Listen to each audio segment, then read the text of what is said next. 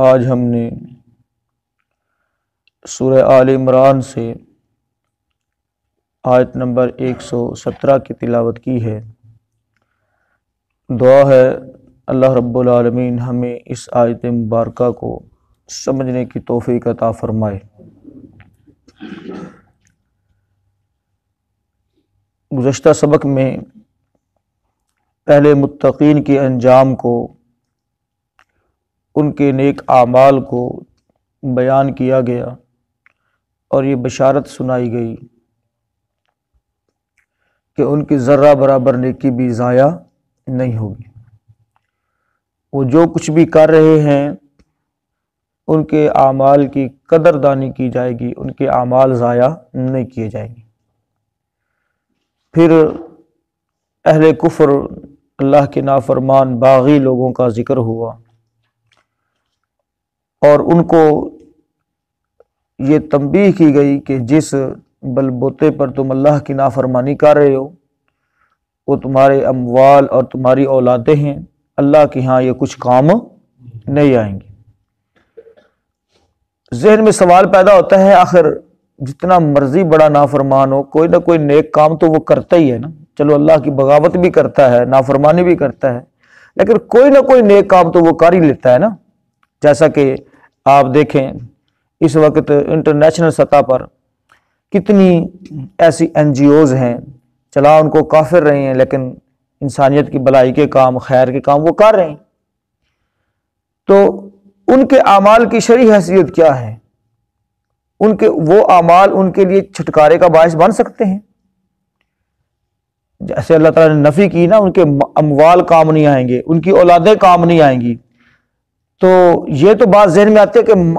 جو اعمال ہیں وہ تو کام آتے ہیں نا، تو کیا کافروں کے جو اعمال ہیں وہ ان کے کام آ سکیں گے؟ اللہ رب العالمین نے اس ابہام کا جواب اس آیت مبارکہ میں دیا ہے جو آج ہمارا سبق ہے۔ ترجمہ دیکھیں گے پھر بات سمجھ آئے گی۔ فرمایا مثل، مثال ان ما ينفقون، جو وہ خرچ کرتے ہیں، فی هذه الحیات الدنیا، اس دنیا کی زندگی میں، اس دنیا کی زندگی میں جو کچھ وہ خرچ کرتے ہیں، فلاحی کاموں میں، رفاہی کاموں میں، خدمت خلق پر، کسی کی دیکھ بھال کرنے میں، جو کچھ بھی وہ خرچ کرتے ہیں، یہ اس کے ایک عمل کا اللہ رب العالمین نے ذکر فرمایا ہے۔ ان کے باقی جتنے بھی نیک اعمال ہیں وہ بھی بالکل ایسے ہی ہیں۔ یہاں پر جز کہہ کر کل مراد لیا جا رہا ہے، یعنی ایک عمل خیر کا خرچ کرنا جو ہے، یہ خرچ کرنا ایک عمل ہے نا، ٹھیک ہے، انفاق جسے کہا جاتا ہے، تو ان کا ایک عمل ذکر کر کے باقی سارے اعمال جو بھی ان کے نیک ہیں وہ سارے یہاں پر مراد ہیں۔ یہ کلیہ ہے، جز کہہ کر کل مراد لینا، جیسے کہ اللہ تعالیٰ نے کلیہ ذکر کیا ہے اس کو، وَرْكَعُوا مَعَ الرَّاكِعِينَ، رکوع کرنے والوں کے ساتھ رکوع کرو۔ تو کیا مطلب ہے؟ صرف رکوع ہی کرنا جماعت کے ساتھ، باقی کام نہیں کرنے؟ وہاں پر بھی کیا ہے؟ جز کہہ کر کل مراد ہے کہ پوری نماز جماعت کے ساتھ پڑھنی ہے، تو یہ وہی کلیہ ہے۔ فرمایا مثل ما ينفقون، مثال جو کچھ وہ خرچ کرتے ہیں، فی هذه الحیات الدنیا، اس دنیا کی زندگی میں، کمثل، ایسے ہی ہے، ریح، کہ ہوا ہو، اس کی مثال ہوا کی ہے، فیہا، اس میں، سر، سخت سردی ہو، کورے والی ہوا، سمجھتے ہیں نا؟ ماشاءاللہ ذمہ داریاں سے تعلق واسطہ رہا ہی ہے کسی نہ کسی زمانے میں، آپ بھائیوں کا بھی، تو سمجھتے ہیں کہ جس ہوا کے اندر کیا ہو، کورا ہو، بڑی ٹھنڈک ہو، تو فرمایا اصابت، پہنچے وہ، حرث،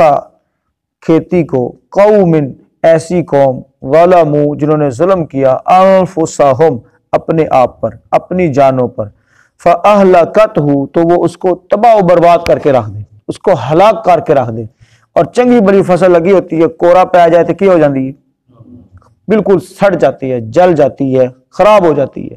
فرمایا وما ظلمہم اللہ، اور نہیں ظلم کیا ان پر اللہ نے، ولیکن، اور لیکن، انفسہم، اپنے آپ پر یا اپنی جانوں پر، یظلمون، وہ ظلم کر رہے ہیں، ظلم کر رہے ہیں، یعنی ایک طرف خرچ کر رہے ہیں اور دوسری طرف اللہ کی نافرمانی کر رہے ہیں، ایک طرف خرچ کر رہے ہیں فلاحی اور رفائی کاموں میں اور اس کو نجات کا باعث سمجھ رہے ہیں، اور دوسری طرف مالک مطلق کی، خالق کائنات کی بندگی نہیں کر پا رہے، اس کے اوپر ایمان ہی نہیں لا رہے، تو ایسی قوم کا جو عمل ہے وہ ایسے ہی ہے جیسے کسی کی کھیتی تیار ہو اور اس کے اوپر کورا پڑے اور وہ کھیتی جل کر تباہ ہو جائے۔ ترجمہ دوبارہ سے دیکھیں، مثل ما ينفقون في هذه الحیات الدنیا، اس کی مثال جو وہ اس دنیا کی زندگی میں خرچ کرتے ہیں، كمثل ريح فيها سر، اس ہوا کی مثال جیسی ہے جس میں سخت سردی ہو، اصابت حرث قوم، پہنچے وہ ایسے لوگوں کی کھیتی کو، ظلموا، جنہوں نے ظلم کیا، انفسہم، اپنی جانوں پر، فاہلکتہ، تو اس نے اسے برباد کر دیا، اس نے اسے تباہ کر دیا، یعنی اس ٹھنڈی ہوا نے ان کی کھیتی کو برباد کر دیا۔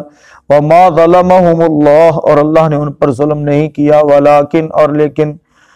انفسہم، اپنے آپ پر، یا خود انہوں نے، یظلمون، اپنی جانوں پر ظلم کیا، ظلم کر رہے ہیں۔ محترم بھائیو،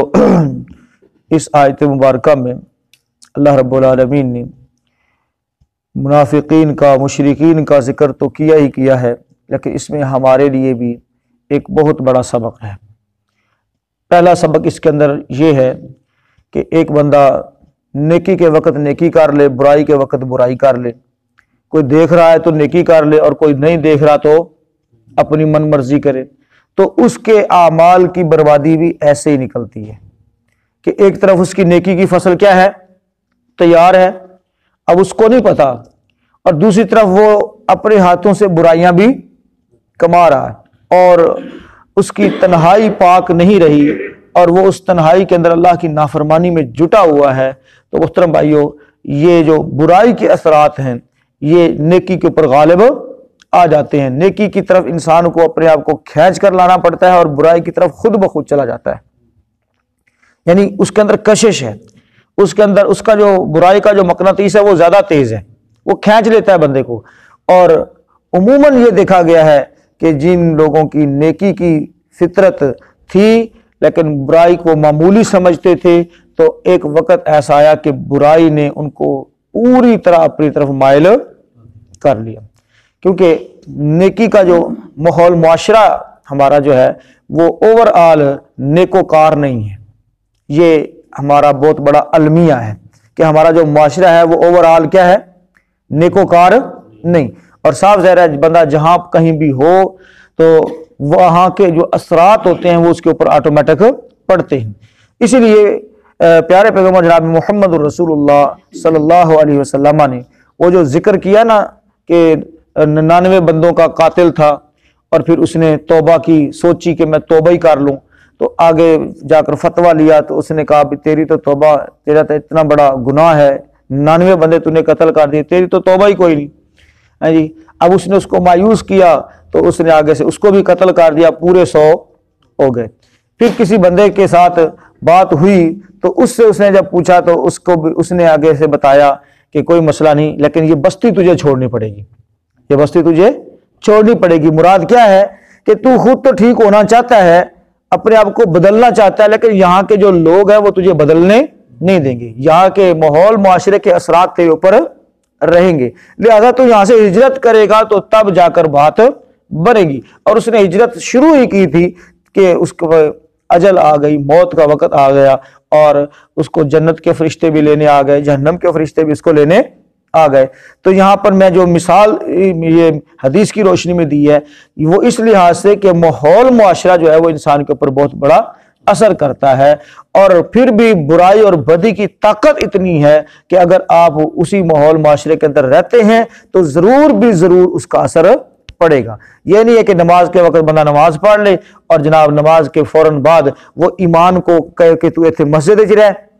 ہاں جی تو میں ذرا باہروں چکر شکر لا کے آ جاؤں، تو جو ہی وہ مسجد سے باہر جائے گا ایمان تو اس کا رہ گیا نا مسجد میں، نہیں سمجھ آئی بات کی، وہ صرف مسجد کی حد تک اور نماز کی حد تک اس کا ایمان رہا، اور باقی جو سارے اس کے معاملات ہیں وہ سارے کے سارے اللہ کی نافرمانی والے ہیں، تو وہ اس کی نماز کو بھی ختم کر دیں گے، اس کی نماز بھی ضائع ہو جائے گی۔ اور حدیث کے اندر کیا آتا ہے کہ نماز بندے کے منہ پر مار دی جاتی ہے،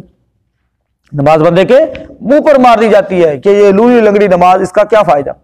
تو اس لحاظ سے محترم بھائیو اس میں ہمارے لیے بھی ایک بہت بڑا سبق ہے۔ کافروں کے یہ تو اللہ تعالیٰ نے مثال بیان کر دی نا کہ ان کے تو اعمال سارے کے سارے کیا ہو گئے، برباد ہو گئے، اور ان کے اعمال کا اگر کچھ بدلہ ملنا بھی ہے تو وہ دنیا کی شکل میں ان کو دنیا کے اندر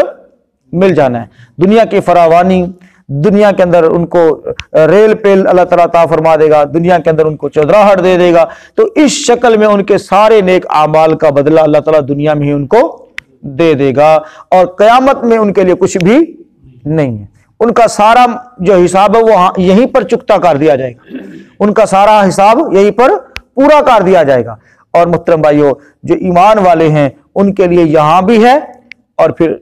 70 گنا آخرت میں بھی